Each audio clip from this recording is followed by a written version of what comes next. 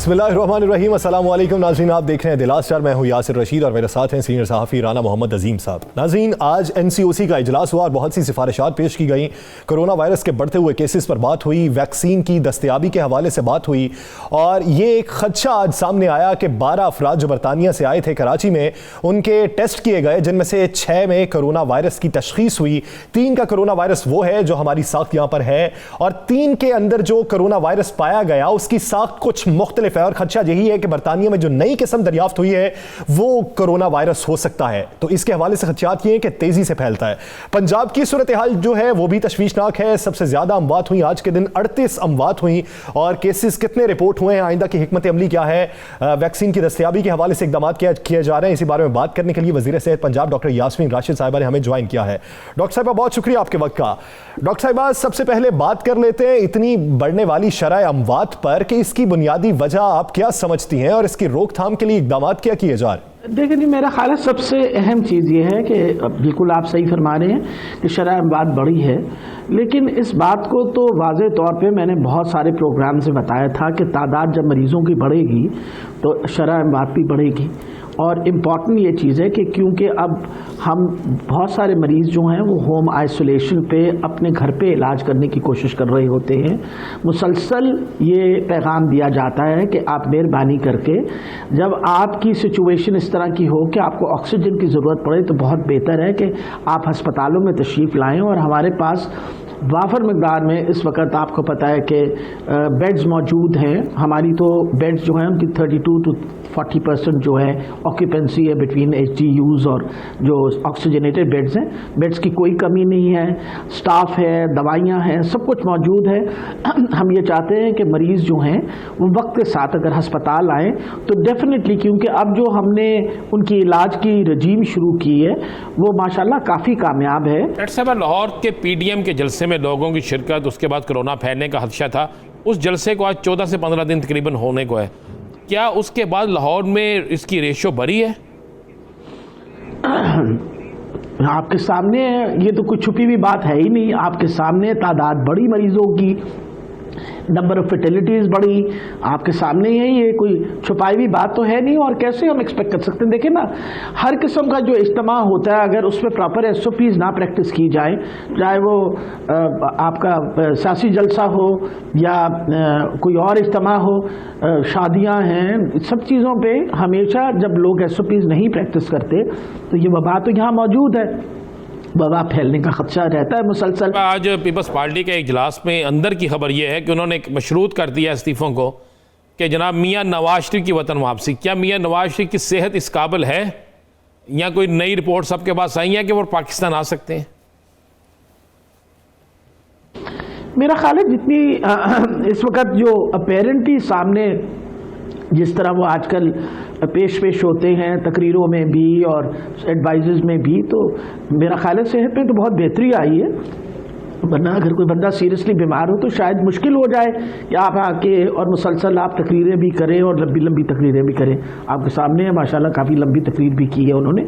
सेहत उनकी बहुत बेहतर है और उनको आना चाहिए पाकिस्तान में। तो पहले दिन से इंसिस्ट कर रही हूँ कि देखें, जहाँ तक उनको थ्रोम्बोसाइटोपेनिया पर्परा का मसला था उसका तो इलाज हमने पाकिस्तान में ही कर डाला था और वो अच्छे इलाज की वजह से जब वो इंग्लैंड गए तो उनको उसके इलाज की तो ज़रूरत ही नहीं पड़ी। एक बार फिर से बात कर लेते हैं वायरस के हवाले से। ये कहिएगा कि कितने मरीज ऐसे हैं पंजाब में जो वेंटिलेटर्स पर मौजूद हैं और ये जो नई किस्म कोरोना वायरस की जिसका खदशा जाहिर किया जा रहा है कि 3 केसेस रिपोर्ट हुए हैं कराची में, ये किस किस्म की मुख्तलिफ किस्म है और इससे खदशा क्या है, ये कितनी तेजी से फैलता है? देखिए, हमारे जो वेंटिलेटर्स हैं जो तकरीबन 670 हमने सिर्फ मखसूस कर रखे हैं मरीज़ों के लिए, वो ओनली 32% तो 38 मैं ओवरऑल पूरे पंजाब की फिगर आपको बता रही हूँ, क्योंकि बहुत ज़्यादा मरीज़ों को तो हम बाईपैप जो है जिसे पॉजिटिव प्रेशर के साथ ऑक्सीजन देने से बहुत फ़ायदा होता है। रहा जहाँ तक ताल्लुक म्यूटेशन का, जो अब वायरल म्यूटेशन आई है इंग्लैंड के अंदर या UK में, ब्रिटेन में, वो डेफिनेटली वो म्यूटेशन के बारे में तो तो आपको पता है कि उनके अपने प्राइम मिनिस्टर ने बताया है कि there is a new mutation, लेकिन क्योंकि उसकी बेसिक जो स्ट्रक्चर है अभी तक वायरस का बदला नहीं है, तो हमें ये उम्मीद है कि जो वैक्सीन है वो इफेक्टिव इस वायरस के खिलाफ भी होगी, इस म्यूटेशन के खिलाफ भी होगी।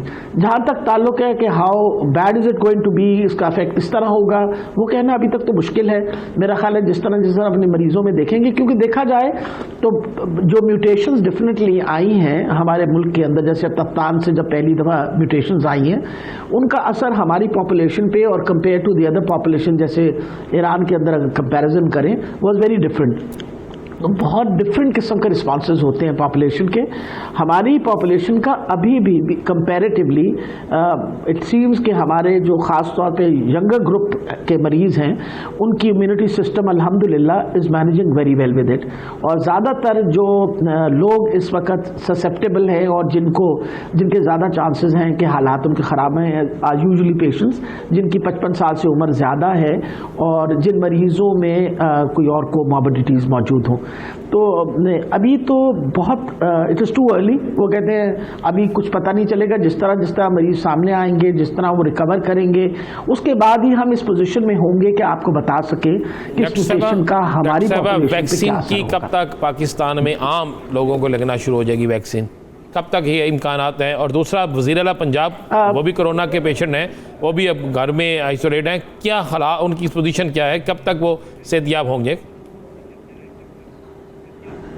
देखिए जी, वैसे तो आपको पता 14 डेज़ की क्वारंटीन हम सबको इनकरेज करते हैं। वज़ीर आला पंजाब जो थे उनके पहले 3-4 दिन उनको सिम्टम्स रहे, अल्हम्दुलिल्लाह बहुत बेहतर है उनकी तबीयत, और रिपीट करेंगे 7 दिनों के बाद एक दफ़ा टेस्ट जो है वो रिपीट करेंगे, फिर देखने के बाद ही कुछ अंदाज़ा होगा।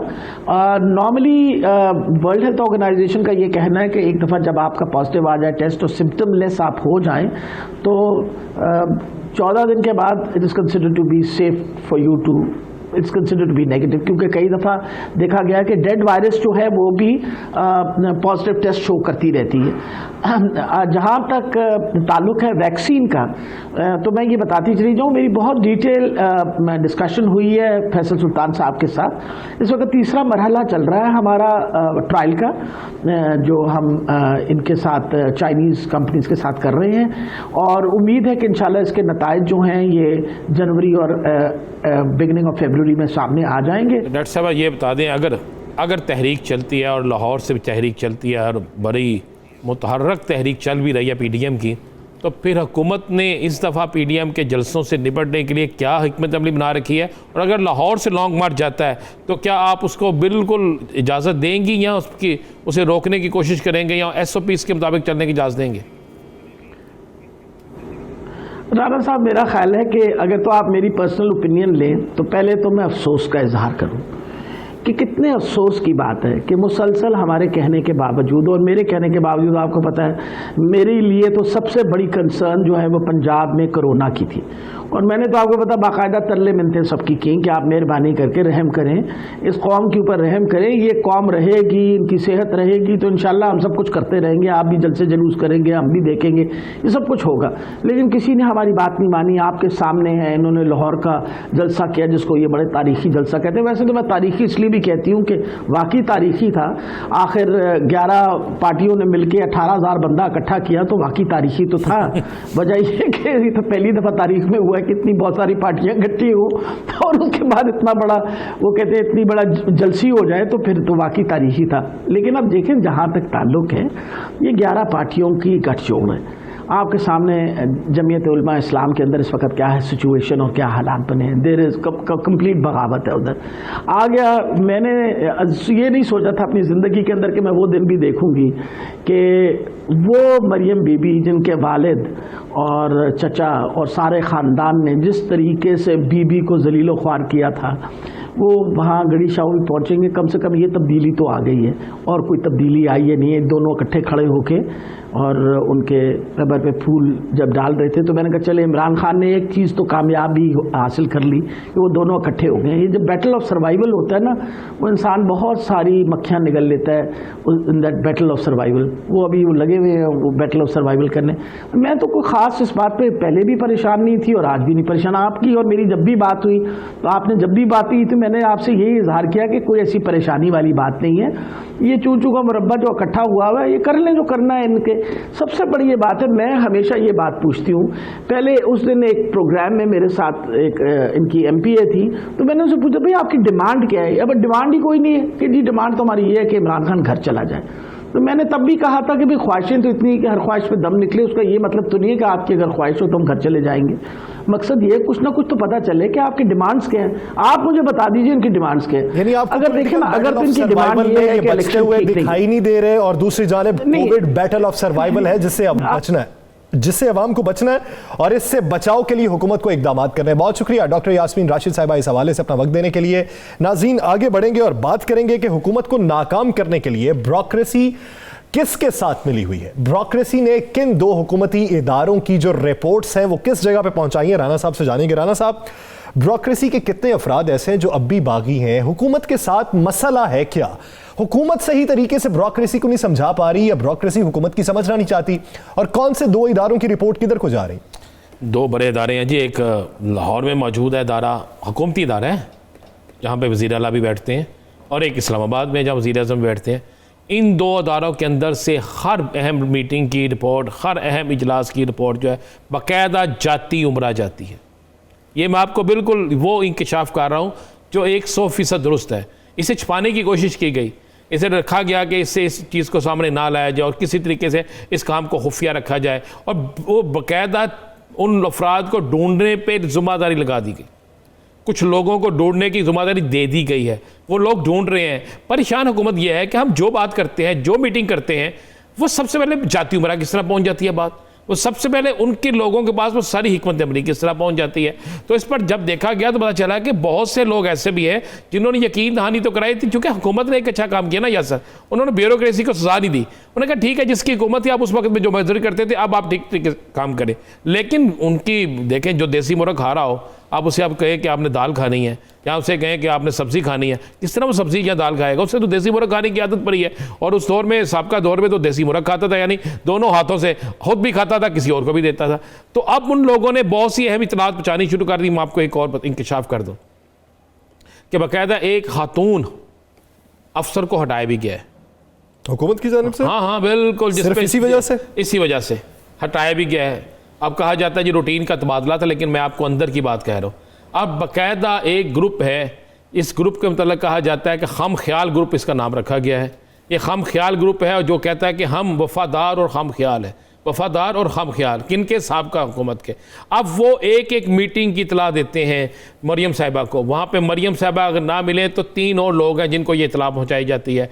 फिर उसको प्रोपोगेट किस तरह करना है, उसको आगे किस तरह लेकर जाना है, फिर उनके अपने जो मीडिया में लोग मौजूद हैं उन तक किस तरह पहुँचाना है। ये बाकायदा सारी चीज़ें हो रही हैं और इस पर अब बाकायदा इंक्वायरी शुरू हो गई है। और कुछ लोगों को ये जिम्मेदारी दे दी गई है कि ऐसे घर के बेदी जो हैं, ऐसे लोगों को ढूंढा जाए जो हुकूमत को फ्लॉप करने के लिए सब कुछ कर रहे हैं। और एक इतला ये भी है कि बाकायदा हुकूमत के ख़िलाफ़ किस तरीके से हुकूमत को बदनाम करना है, इसकी हदायत भी जाती उमरा से आती हैं।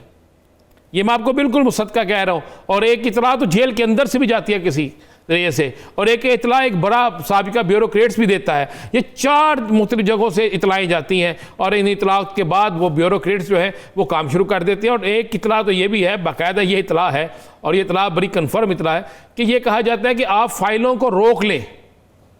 कहा लफ्ज़ इस्तेमाल, कोड क्या इस्तेमाल होता है कि फाइलों की गाड़ी को पंक्चर कर दें।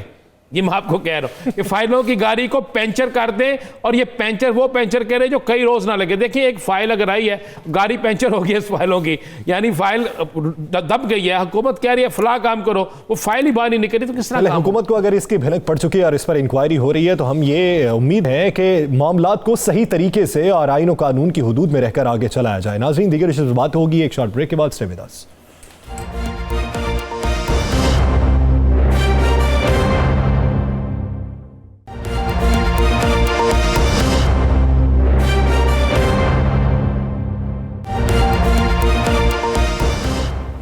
वेलकम बैक नाज़रीन। जमीयत उलमा इस्लाम फे के नाराज रहनुमाओं ने इस्लामाबाद में बैठक की, सर जोड़ कर बैठे और आइंदा का लाहेअमल तरतीब दिया और ये फैसला किया कि आइंदा जमीयत उलमा इस्लाम फे में अगर रहना है तो किस तरीके से रहना है। उनका मौक़िफ़ है कि हम जमीयत उलमा इस्लाम को विरासत में उसको आगे चलाने वाले लोग थे, हम फे के लोग नहीं थे। तो आइंदा का लाहेअमल क्या होगा, इसी बारे में बात करने के लिए मौलाना शुजाउल मुल्क साहब ने हमें ज्वाइन किया। मौलाना साहब बहुत शुक्रिया आपके वक्त का। मौलाना साहब, जमीयत उलमा इस्लाम फे की अब तश्कील पे बातें हो रही हैं और आप ये कहते हैं कि विरासत में हमें जमीयत उलमा इस्लाम मिली थी, तो आने वाले दिनों में क्या फे के साथ चलेंगे या फिर अलहदा से जमीयत उलमा इस्लाम के नाम से चलेंगे? बिस्मिल्लाहिर्रहमानिर्रहीम।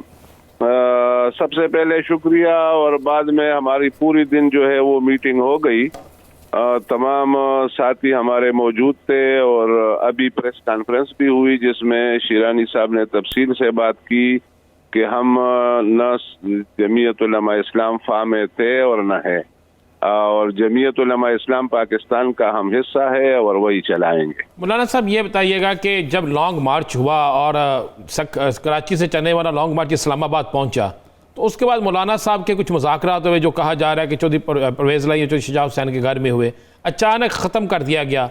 तो क्या जो इल्ज़ामात हैं मौलाना फजलुर रहमान पे कि इस लॉन्ग मार्च को करने के लिए भी कुछ लिया और ख़त्म करने के लिए भी कुछ लिया, इसमें हकीकत है? जब धरना हो रहा था तो न शूरा ने फैसला किया है, न किसी जमात के इदारे ने फैसला किया था, और जब खत्म हुआ तब भी न किसी जमात के शूरा ने फैसला किया है, न जमात के किसी फोरम ने फैसला किया है।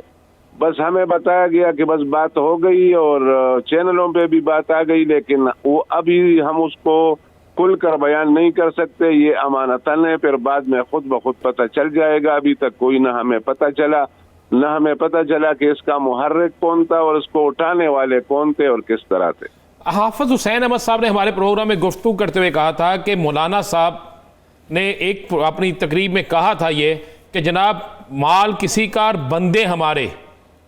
हाँ, ये शायद मरकजी मजलिस आमले में बयान किया होगा, इसलिए कि हाफिज हुसैन अहमद हमारे एग्जीक्यूटिव बॉडी के मेंबर हैं और शूरा और जनरल कौंसिल के भी हैं, और मैं सिर्फ शूरा का मेंबर हूँ, एग्जीक्यूटिव बॉडी या उसके काबीने का मेंबर नहीं हूँ। तो ये शायद उसके सामने वो बात हुई होगी, और वैसे तो आम साथियों से हमने सुना है कि इसी तरह बात हुई। इस पे जो खर्च आएगा वो दूसरी बातें अदा करेगी, जो है वो अफरादी काम करेंगे। मौलाना साहब, शेरानी साहब ने ये कहा कि झूठे और खाइन पे अल्लाह की लानत है और अल्लाह ताला ये कहते हैं कि झूठों की पैरवी मत करो, तो ये इशारा किस तरफ है?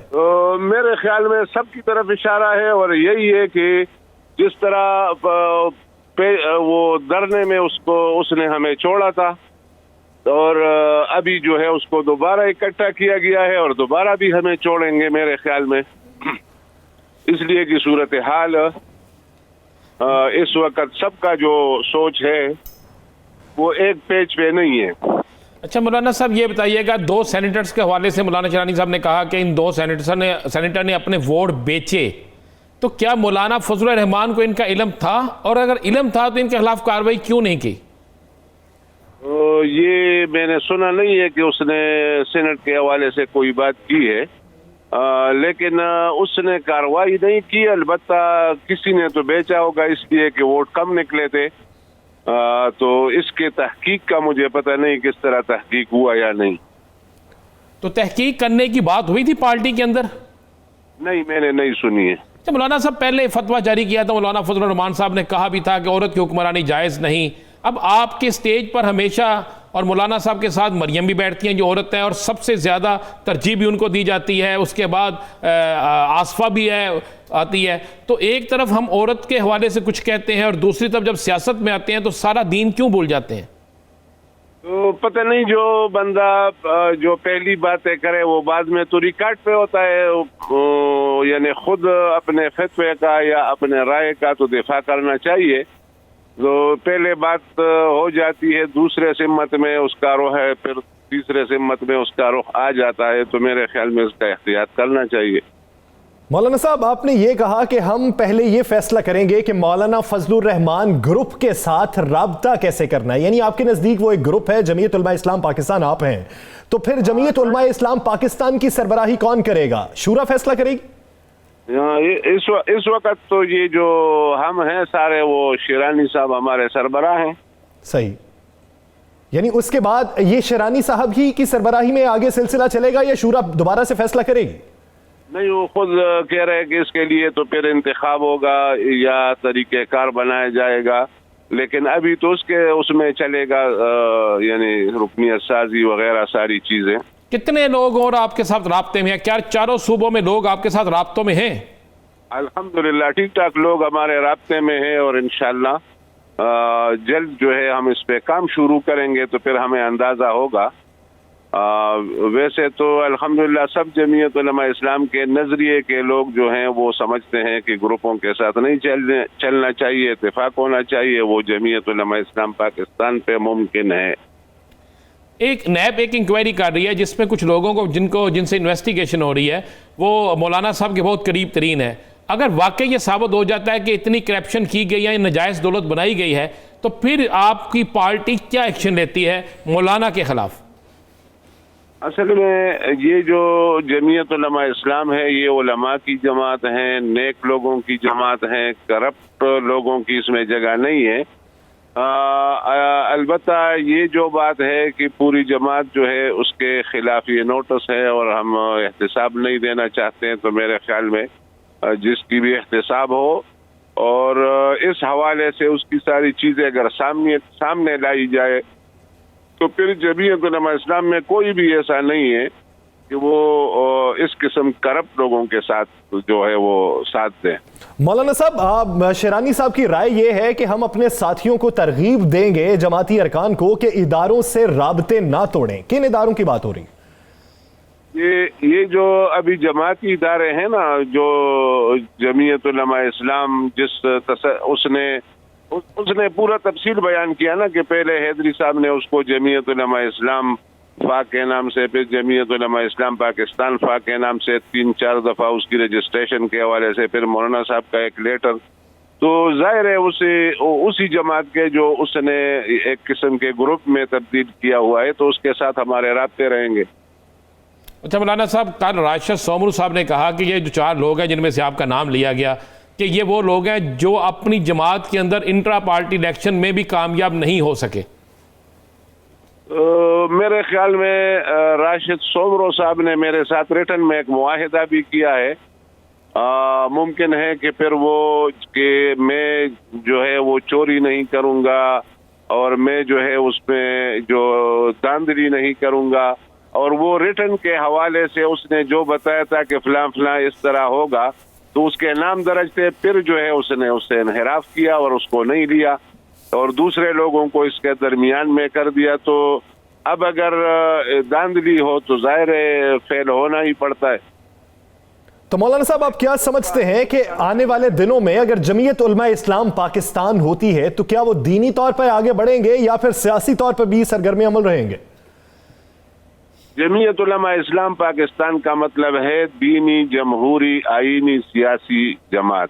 सही, यानी अगर जमीयत उलमा इस्लाम फे कोई उम्मीदवार खड़ा करती है तो आप उसके पैरेलल अपना उम्मीदवार खड़ा करेंगे? तो अगर वो माने और ग्रुप जमीयत उलमा इस्लाम पाकिस्तान में आए तो फिर ठीक है, वरना तो हम खुद इस पे मशवरा करते हैं और पहले तो हम तरीक़ेकार बनाते हैं, फिर जो है इस हवाले से कुछ बात कर सकेंगे। अब तरीक़ाकार तरतीब दिया जाएगा और जमीयत उलमा इस्लाम फे नहीं, उलमा इस्लाम पाकिस्तान के नाम से इस दीनी जिद्दोजहद को आगे बढ़ाया जाएगा। बहुत शुक्रिया मौलाना शुजाउल मुल्क साहब इस हवाले से अपना वक्त देने के लिए।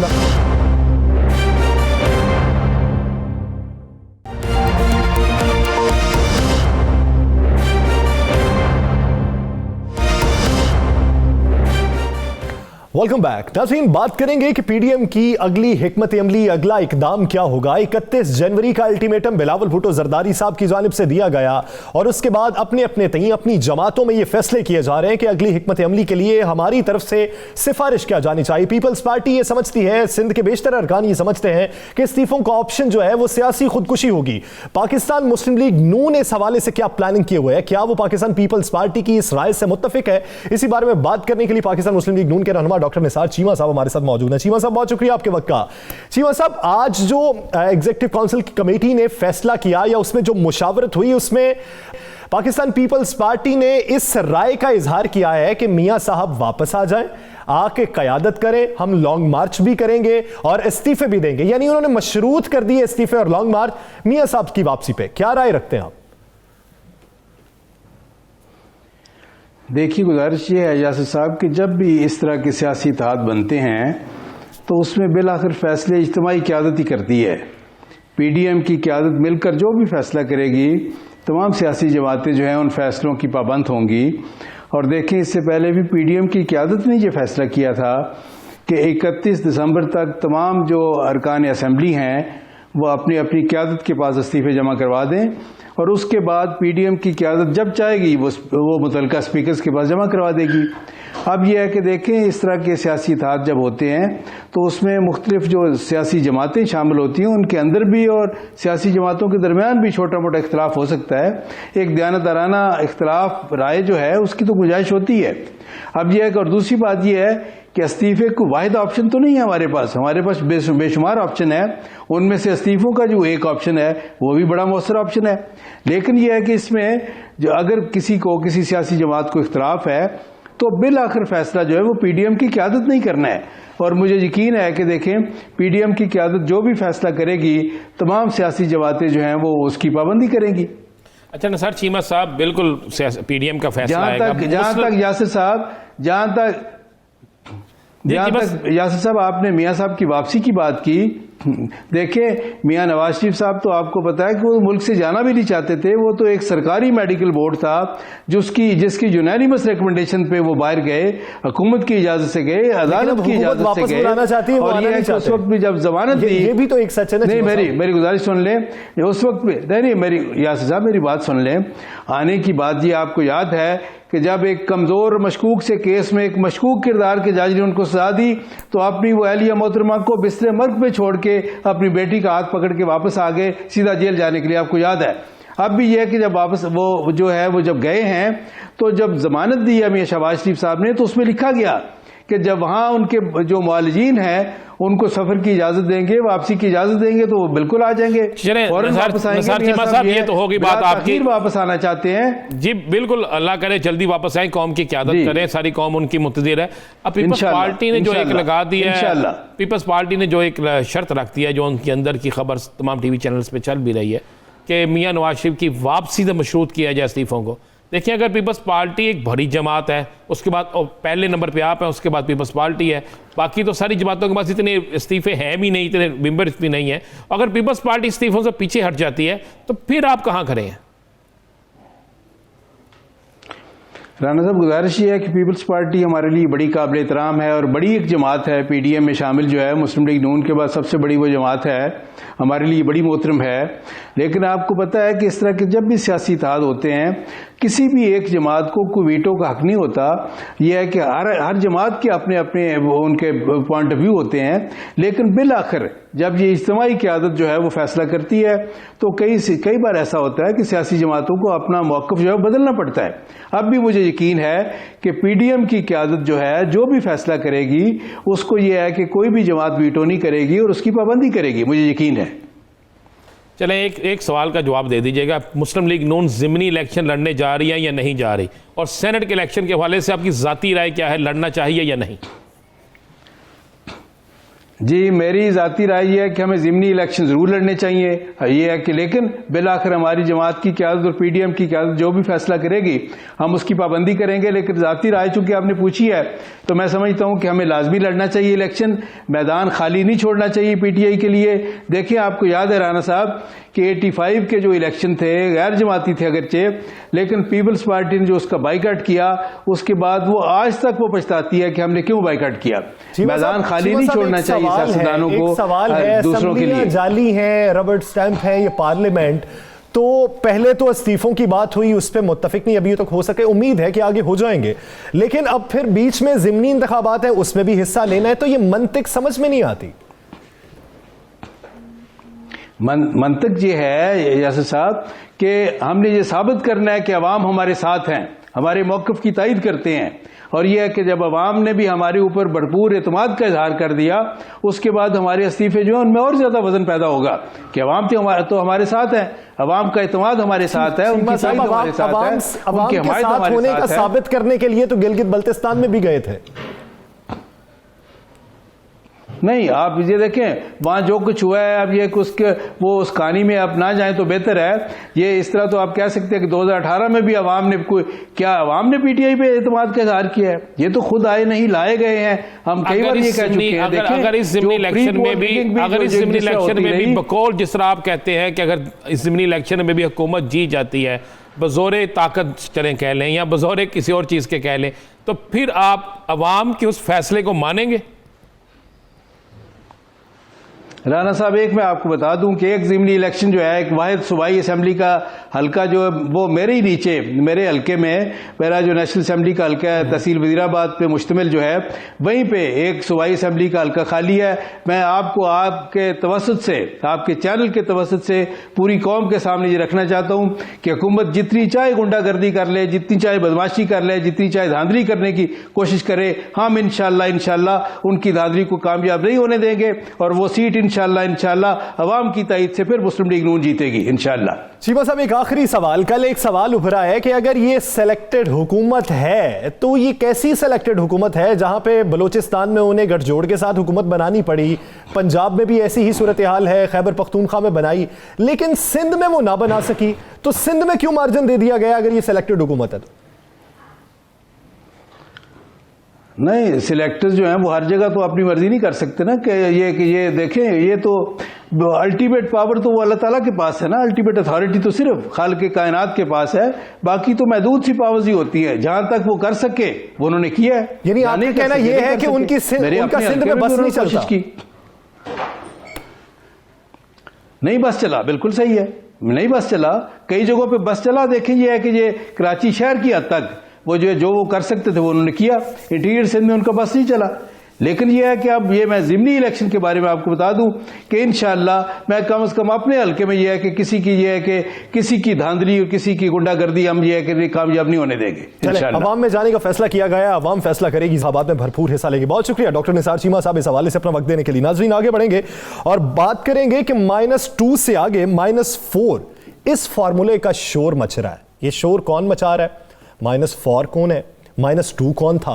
राना साहब से जानेंगे। राना साहब, -2 पहले -1 हुआ करता था, फिर अब 2, अब 4, ये फॉर्मूले में मजीद जो ज़रबो तकसीम हो रही है किस वजह से हो रही? देख लीजिएगा यासर, आज से चंद दिन बाद ना आपको ये तमाम टीवी चैनल्स पे ये नज़र आना शुरू हो जाएगा। मेरे पास जो इतला है कि एक बड़ी कदबर मजहबी सियासी शख्सियत भी माइनस में जा रही, उसको भी माइनस करने का फैसला हो गया। मजहबी शख्सियत सियासी भी है? सियासी भी है, उसको भी माइनस, वो भी माइनस हो जाएगी क्योंकि उसकी जो एक्टिविटीज़ है ना वो बड़ी मशकूक सी होती जा रही हैं। वो किसके कहने पे क्या कर रहे हैं, कहाँ से फंडिंग हो रही है, किसके कहने पे कहाँ पे क्या क्या किया जा रहा है, उसके हवाले से भी माइनस का मामला चल पड़ा है।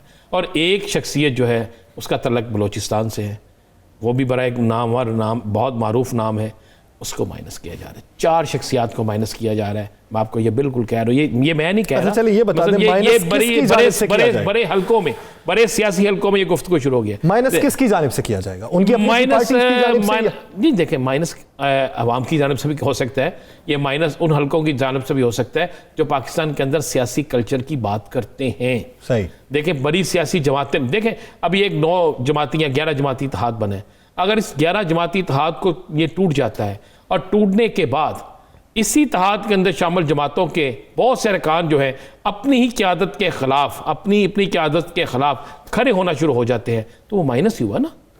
ये माइनस है। मैं नहीं ये कह रहा कि कोई हसास दारा या फना पकड़ के माइनस करेगा। जब अदारों के अंदर बगावत हो जाती है और अपनी क़यादत के खिलाफ वो उठ खड़े होते हैं, तो ज़हन में रखिएगा वहाँ पे एक नए ग्रुप बन जाए तो वो क़यादत माइनस होना शुरू हो जाती है। वो दो तो एक ख़ानदान के लोग हैं, एक ही ख़ानदान के, अच्छा, एक ही खानदान, और एक मैंने आपको कहा मजहबी बड़ी कदवर शख्सियत है इस्लामाबाद में जो आज एक प्रेस कॉन्फ्रेंस हुई है उन्हीं के लोगों की है, और एक जो है अगले 4 से 5 दिन में एक नई प्रेस कॉन्फ्रेंस भी सामने आ जाएगी। अच्छा, कोई गिरफ्तारी होने वाली थी? बड़ी 2 बड़ी गिरफ्तारियां होने वाली। अच्छा, चले मैं ये बड़ी खबर दे दूँ। 2 बड़ी गिरफ्तारियां, एक लाहौर से होगी गिरफ्तारी और एक गिरफ्तारी जो है इस्लामाबाद से। तहकीकात मुकम्मल, सारा कुछ मुकम्मल हो गया है। 3 शहादतें हैं जो अगले चंद दिनों में हो जानी है, तो उसके बाद एक गिरफ्तारी होगी और वो गिरफ्तारी सारा दिन मीडिया पे डिस्कस होगी।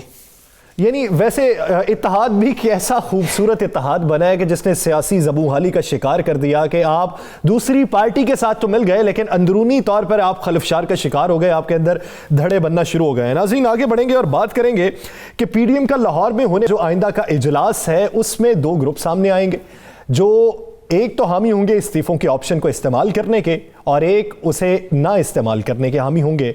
अब जो मुखालिफत करेंगे वो हामी वालों के साथ किस तरह मिल बैठेंगे, राना साहब से जानते हैं। राना साहब, किसकी तादाद बड़ी होगी, यानी कौन सा ग्रुप जो है वो प्रेशर ग्रुप बन सकता है? वो ग्रुप जो इस्तीफे नहीं दे रहा, नहीं दे रहे वाला, बिल्कुल नहीं दे रहा। ये मैं आपको क्लियर कर दूं। 6 जमातें बेशक वो छोटी हैं, लेकिन राना साहब एक बड़ी और एक चीज, ये आपको ये लगता है कि पीडीएम ये मान जाएगी कि इस्तीफे देने? देखें, पीडीएम नहीं मानेगी। पीडीएम के अंदर ये फैसला होगा कि इस्तीफे नहीं देने, लेकिन बाहर आके कहा जाएगा कि इस्तीफे देने हैं। मैं अक्सर ये बात आपको कहता हूँ और आज पीपल्स पार्टी के इजलास की अंदरूनी कहानी आपको सामने आ गई है। ये बात हम बहुत देर से कह रहे थे। देखें, पीपल्स पार्टी किसी सूरत कुर्बानी नहीं देगी सिंध हुकूमत की। पीपल्स पार्टी दूसरी बड़ी सियासी जमात बनने जा रही है सेनेट के अंदर। वो क्यों कुर्बान हो जाएगी? वो क्यों अपनी इस सिलसिले को ख़त्म कर देगी? पीपल्स पार्टी ने एक बाइकाट किया था और मोहतरमा ने भी कहा था, बाकी में कहा था कि जनाब आप सियासी तौर पे बहुत पीछे चले गए। वो क्यों जाएंगे मुझे बताएं? किसी सूरत में नहीं जाएंगे। और मैं आपको बता दूं, पीपल्स पार्टी ने ये जो आज उनके अंदर से की खबरें आ रही हैं ना, इस सिलसिले में बिलावल भुट्टो और असद जरदारी बहुत काम कर चुके हैं। बहुत सी सियासी जमातों में जो पीडीएम के अंदर है, इस बात पर मुशावरत मुकम्मल हो चुकी है। अब पता क्यों रह जाएगा? सिर्फ 3 जमातें रह जाएंगी जो कहेंगे इस्तीफे देने हैं। नून लीग जमात नहीं, नून लीग की शख्सियत कहेगी। सही। मौलाना फजलुर रहमान, जिनके अपने कुछ लोग, उनके लोग ही कह रहे हैं किसी और के साथ चले गए थे। और तीसरे होंगे महमूद अचकज़ई साहब। कोई और साथ नहीं होगा। ये लाहौर के इजलास में जो यकम को हो रहा है ना, यही सब कुछ चल रहा है। चले, उसके बाद ऐलान ये जरूर करेंगे लेकिन देंगे नहीं। ऐलान करेंगे लेकिन इस्तीफे नहीं देंगे। और आने वाली बात खुल के सामने आएगी कि क्या ऐलान किया जाता है इस्तीफों के मामले पे, जो डेडलॉक है वो खत्म होता है कि नहीं होता। नाज़रीन, दीगर इश्यूज़ पर बात करेंगे एक शॉर्ट ब्रेक के बाद। Stay with us.